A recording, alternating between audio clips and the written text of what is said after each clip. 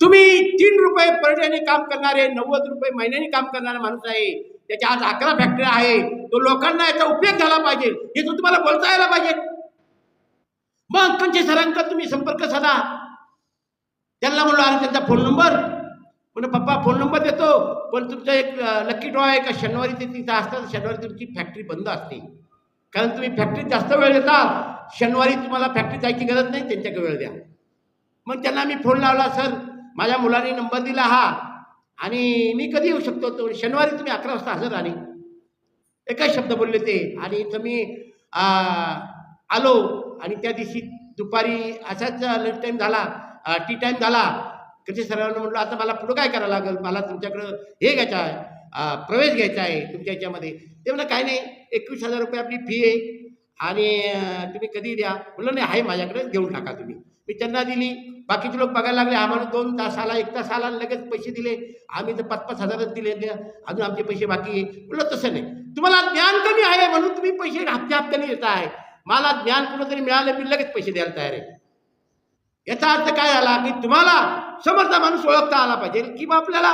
मी त्याच्या अगोदर पुढे कार्यक्रमाला गेलो का उद्योजक ज्ञानेश्वर पिसे इथं हजर आले, यांनी एक मनोगत व्यक्त करावे, यांनी शुभ आशीर्वाद द्यावे नवनवरीला. मला येतच नव्हतं, मला काही बोलताच येत नव्हतं.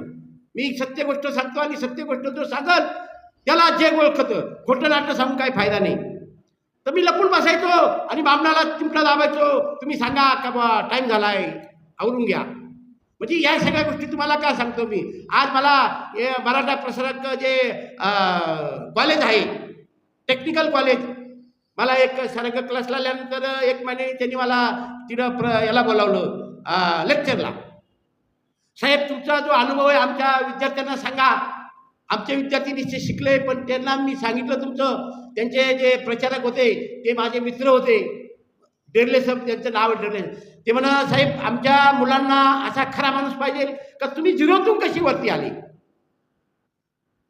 या म्हणा तुम्ही. म्हणलो मला आहे ना आत्ताशी मी भाषणचा क्लास लावला, मला येत नाही एवढं बोलता, तुम्हाला जसं बोलता येईल तसं बोला म्हणा. आमचे मुलं तुमच्यापेक्षा खूप हुशार आहे, पण तुमचं 100% ऐकून घेतील, कारण त्यांची हुशारी काय आहे का त्यांना बिझनेस काही करता येत नाही. मग तिथं मुलं मुली खूप होते आणि मी लेक्चरला उभं राहिलो आणि सरांनी सांगितलं आज एक असे व्यक्ती आपल्याकडे आलेले का त्यांनी 3 रुपये पर डे काम केलेले आहे आणि ते आज 11 फॅक्टरीचे मालक आहे आणि त्यांना आपण आपल्या भाषेमध्ये एक सक्सेसफुल बिझनेसमॅन म्हणू. त्याचे तुमच्या पुढे एक 5